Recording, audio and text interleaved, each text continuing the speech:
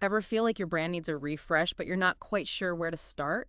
It's like you know you need to go to the doctor, but you keep putting it off. It's fascinating how many businesses neglect this essential checkup for their brand. Right. And we all know prevention is better than cure. So today's deep dive is all about giving your brand that much needed checkup through a brand audit. It's interesting how many businesses overlook this, even though it's crucial for their long-term success. It's like skipping those regular checkups at the doctor might feel fine now, but ignoring potential issues, well, it can lead to bigger problems down the road. Exactly. And in the business world, those problems, they can mean missed opportunities, losing your market share, even financial setbacks. So, let's really dig into why a brand audit can be so valuable. Okay, I'm intrigued, but before we go any further, let's clarify something. For those who might not be familiar with all the marketing lingo, what is a brand audit? Imagine you're building a house.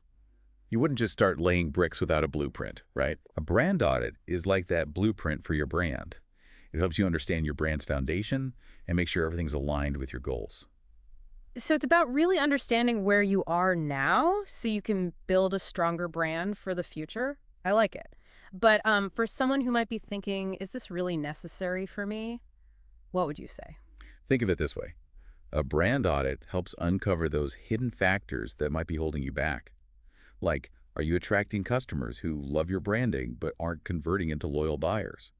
A brand audit can reveal those disconnects and help you understand why. That makes a lot of sense. It's like connecting the dots between how you're perceived and what's actually happening, those results you're seeing. Precisely. That's where the real value lies. Ah. It's not just about checking things off a list. It's about gaining actionable insights that can really make a difference in your business. Okay, I'm starting to see why this is so crucial. But when we say brand audit, it can sound a little vague. What are the key elements involved in this process? A brand audit usually has three core components. First, you're taking stock of all your brand assets, things like your logo, tagline, even your website design, the colors, imagery you use, all of it. Hmm. These elements, they really shape how people perceive your brand, so it's crucial to make sure they're consistent and effectively communicating your message. So it's like looking at every single visual cue and message that makes up your brand's identity. Exactly. Second, you're assessing how your brand is performing. This is where you dive into the data website analytics. Are people bouncing off your site? How long are they staying on your pages?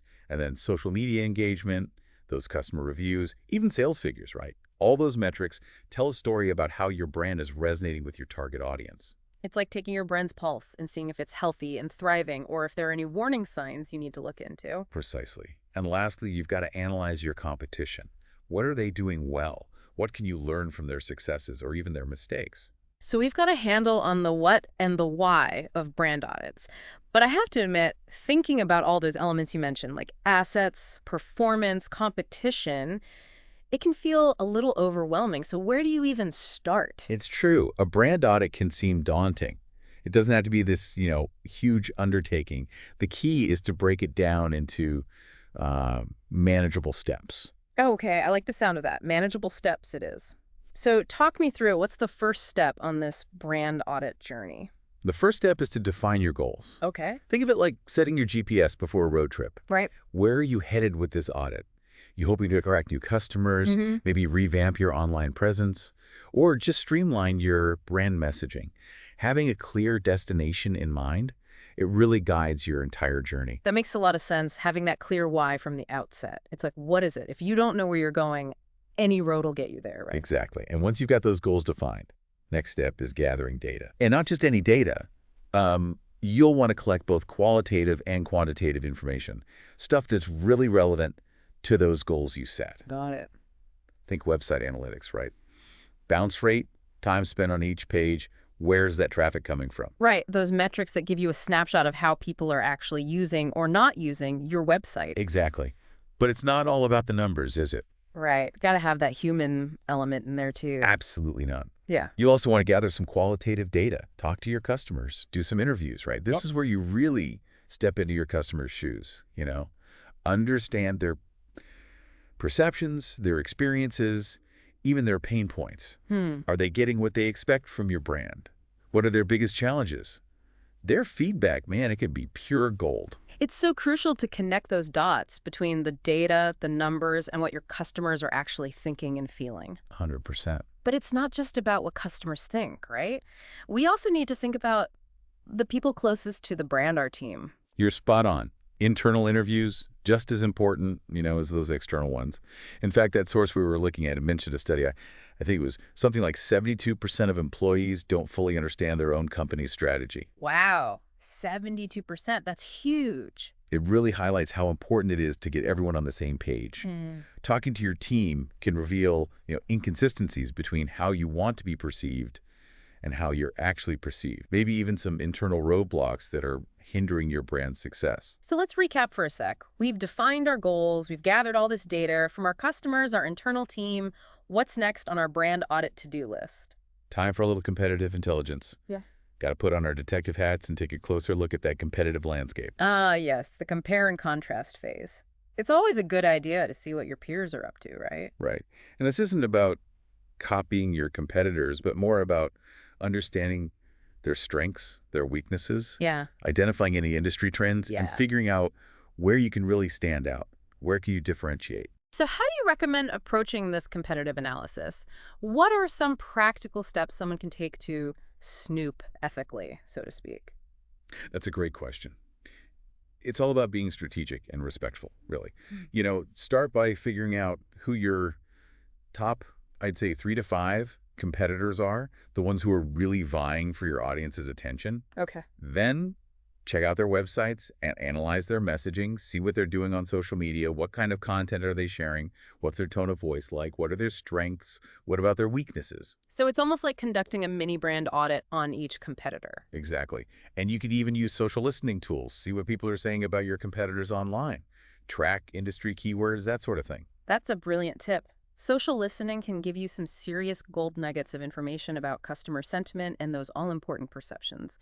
So we've gathered all this information about our brand, our customers, even the competition.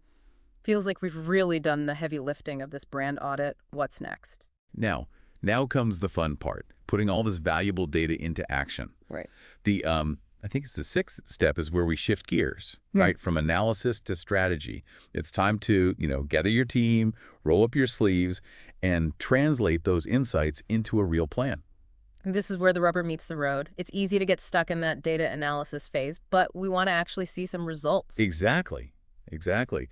Start by just reviewing the findings from each stage of your audit. Okay. What are the big takeaways? Where are the biggest gaps between, where your brand is now and where you want it to be? Right. And then really try to pinpoint those key areas, where will those improvements make the biggest impact? So rather than trying to do everything at once, focus on what will move the needle the furthest. 100%, yeah. Are there any particular frameworks or tools even that you recommend for really prioritizing and structuring those action steps? One approach that I've seen work really well is to create a brand audit report. It summarizes everything, your findings, and then outlines some specific recommendations. So it's like a roadmap for your brand. Exactly. And this report, it can be really valuable, for getting your team on the same page, tracking your progress, even securing buy-in from stakeholders.